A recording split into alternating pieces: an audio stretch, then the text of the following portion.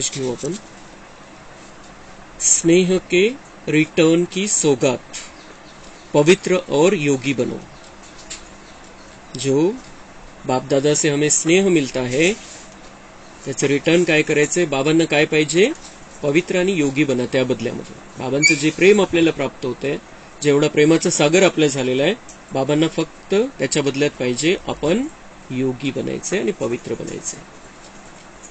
आज जब इस देह और देह के देश से परे अपने सूक्ष्म वतन, जिसको ब्रह्मपुरी कहते हैं, वहां गई तो परमात्मा बाप ने एक दृश्य दिखाया।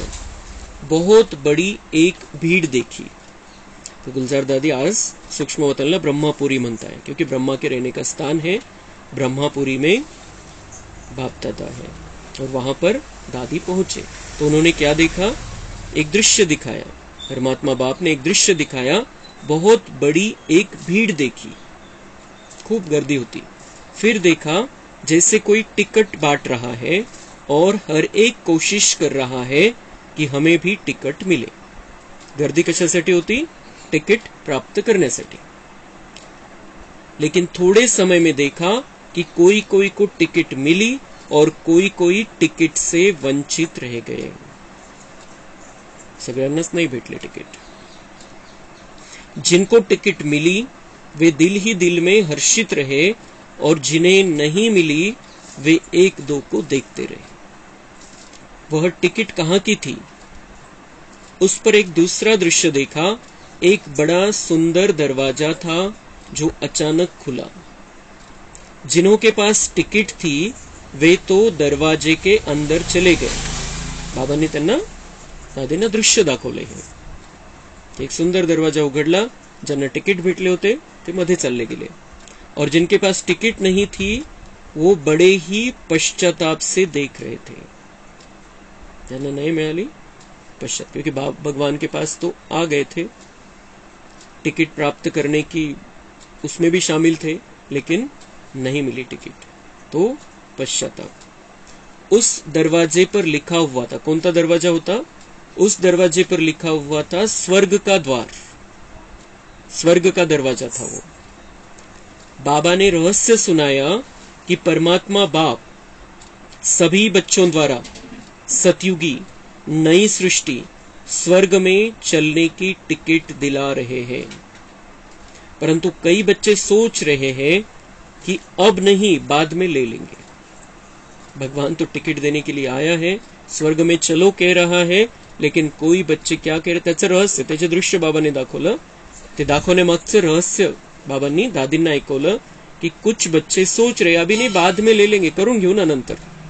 अजून कुठं लगेच तशा प्रकारचा डायरेक्ट विनाश सुरू झालेला आहे की आता सगळंच बंद झालेलं आहे, पण तेव्हा थोडीच होणार आहे काही। वो हमने देख लिया कोरोना में, कुछ नहीं, सब बंद हो जाता है फिर, तो बाद में ले लेंगे। लेकिन ऐसा न हो कि यह टिकट मिलना बंद हो जाए और स्वर्ग में जाने से वंचित रह जाए। बाद में ले लेंगे, लेकिन उसके पहले ही अगर बुकिंग पूरी हो गई तो फिर कैसे मिलेगा बाद में। बाबा ने कहा कई आत्माएं सुनती है, कई आत्माएं सुनती है, सोचती है कि यह कार्य क्या चल रहा है। तो बाप दादा बच्चों प्रति यही शिक्षा दे रहे हैं कि अब सोचते सोचते अपने भाग्य को गवा न दो। बाबा तो वो तो सोचते हैं कि बहुत अच्छा कार्य चल रहा है, कितना बड़ा कार्य है, कितना बड़ा कार्य हो गया है। आता तो खूब विचार करतात, अभी तो ब्रह्मा कुमारी राष्ट्रपति बन गई है, अभी तो मान सम्मान मिल रहा है ब्रह्मा कुमारीज को। त्या राष्ट्रपतींनी, त्या अमेरिकेच्या राष्ट्रपतींनी पंतप्रधानांचं स्वागत केलं त्यांच्या व्हाईट हाऊस मध्ये, तर त्यावेळेला 21 ब्रह्माकुमारी बहिणींना बोलवलं होतं। इतकं इतकं मोठं परिवर्तन झालेलं आहे। विश्व म्हणजे भारताचं तर आहेच, पण विश्वाच्या लेवलवरती पण ब्रह्मकुमारीचा मान वाढलेला आहे। तो ये सब सोचते हैं, जब ये सुनते हैं तब सोचते कि कितना बड़ा कसं कार्य चाललेलं आहे, कसं ईश्वर करून घेतो। पण बाबा म्हणते सिर्फ सोचो मत, आगे बढ़ो, पुरुषार्थ करो, नहीं तो सोचते सोचते अपने भाग्य को गवा देंगे। सोच तो बहुत अच्छा रहे हैं ब्रह्मा कुमारीज के बारे में, बाबा के बारे में, लेकिन पुरुषार्थ में आगे नहीं आ रहे, तो बाबा म्हणता है गवा देंगे फिर अपने भाग्य को। फिर दूसरी सीन देखी, नदी बह रही थी। उस नदी में दूर दूर से कई लोग आकर स्नान कर रहे थे और कई फिर वहां ही नजदीक थे लेकिन नहा नाही रहे थे. नदी दाखवली बाबांनी तिथं एक, तर तिथं काही नसतं पण बाबा एक समजवण्यासाठी तिथं ते दृश्य प्रगट करत असतात. तर तिथे एक नदी दाखवली की जिथं दुरून दुरून लोक येत आहे आणि त्या नदीमध्ये स्नान करताय आणि ते जे तिथं जवळचे तो नाही नहा रहे, उसमें नहीं नहा रहे, ते त्याचा फायदा नहीं करून घेते त्या नदीचा. बल्कि उनसे नजदीक रहने वालों से कई पूछ रहे थे कि नदी कहाँ है, हम जाकर स्नान करें.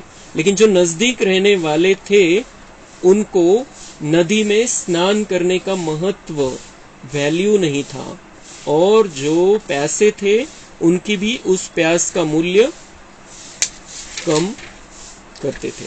बाबा ते जवळचे राहणारे तिथं ते त्यांना तितकं महत्व नाही त्याचं. लेकिन दूर से जो प्यासे होकर आते थे कि मुझे यहाँ जाना है, ये करना है, तो उनको त्यांना पण डिसमूड करून टाकत होते की नहीं काय करते तिथे जाऊन तरी. तो ऐसे ही ज्ञान में भी यहाँ पर भी होता है. मधुबन में भी हम देखते हैं, मधुबन वालों का तो कितना बड़ा भाग्य है माउंट आबू मध्ये राहणाऱ्यांचं. किती मोठं भाग्य, भगवान वहां पर आया है और दुनिया के सर्वश्रेष्ठ वाइब्रेशन वहां पर है, परम शक्ति वहां पर आती. लेकिन वो जो माउंट आबू वाले रहने वाले आसपास के ते काही सगळे थोडे जुडलेले नाही. तर एकेकाचं किती परम सौभाग्य आहे की ते रोज तो अनुभव घेऊ शकतात. तिथं आपण नाही जाऊ शकत रोज. लेकिन बाबा म्हणते ऐसे ही है, हर एक का भाग्य अपना अपना. आणि इथं पण मग तसंच है. फिर बाबा ने कहा कि बच्ची, यह जो ज्ञान गंगा है, गंगा के नजदीक वाले आबू निवासी है. दूर दूर से आकर तो इसमें स्नान करते हैं, लेकिन यहाँ वाले इस महत्व को न जान उनको दूर वालों को टालते हैं. तो कहाँ ऐसे न हो कि इस भूल में रह जाए. इसलिए बाप दादा के सब बच्चे हैं, भल आज्ञाकारी बच्चे नहीं हैं, फिर भी बच्चे तो बाबा को प्रिय हैं. तो बच्चों को बाबा शिक्षा देते हैं कि यह अमूल्य समय जो ज्ञान गंगा में नहाने को मिल रहा है वह कभी गवा न देना. बाबा म्हणता है मेरे तो सब बच्चे आते हैं, नहीं आते हैं, मेरे सब बच्चे, लेकिन सबको संदेश देना कि अभी ज्ञान गंगा में नहाने को मिल रहा है तो नहा लो, बाद में ये गंगा भी बहना बंद हो जाएगी. फिर थोड़े समय में देखा कि कईयों ने तो स्नान किया, कईयों ने जल को भरकर रखा, लेकिन कुछ समय के बाद नदी ने रास्ता पलट दिया. रास्ता ही पलट दिया नदी ने, नदी वहां रही ही नहीं. कुछ ने स्नान किया, कुछ ने जल को भरकर रखा, लेकिन वो नदी ने रास्ता ही पलट दिया. जिन्होंने न नहाया न भरकर रखा वे औरों से एक एक बूंद मांग रहे थे. ज्यांनी त्याचा फायदा नहीं करून घेतला, बाबा म्हणता है फिर वो क्या कर रहे थे, एक एक बूंद मांग, एक थेंब तो द्या आम्हाला. और ऐसे ही होने वाला है आगे चल के. हम जो ज्ञान गंगा में स्नान कर रहे हैं, हमारे से एक एक बूंद के प्यासे रहेंगे ये लोग. काही थोडं तर सांगा आम्हाला, थोडी तर शांती वाटेल, थोडं तर बोला तुम्ही आमच्याशी. ही परिस्थिती येऊन जाणार आहे. आपल्याला वेळ नाही राहणार त्यांच्याशी बोलायला, असं होईल. त्यांना व्हायब्रेशन द्यायला आपल्याला तितका वेळ नाही राहणार.